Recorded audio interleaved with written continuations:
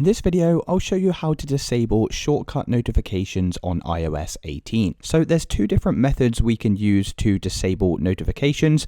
The first is just by launching up the Shortcuts application. Click on Automation in the bottom navigation, and down here you'll see a list of all of your current automations. So to disable any of these notifications, just select the automation like so, and make sure Notify when run is toggled off like so. Now once you've disabled this should stop notifications from appearing, but if that doesn't work for you, there is one more way that we can stop shortcut notifications. So the second method is you need to head over to your settings menu on your iPhone, then scroll down to the screen time section and click this, then click on See All App and Website Activity, scroll down to the notifications section at the bottom, click on Show More, and keep scrolling down until you find the Shortcuts application. So mine will be right at the bottom down here. Once you've found the Shortcuts application, you can just select it like so, and then you just need to turn off notifications at the very top here, and that will also disable shortcut notifications. And it's as simple as that, guys. If you did find this video helpful, then please consider dropping a like and subscribing.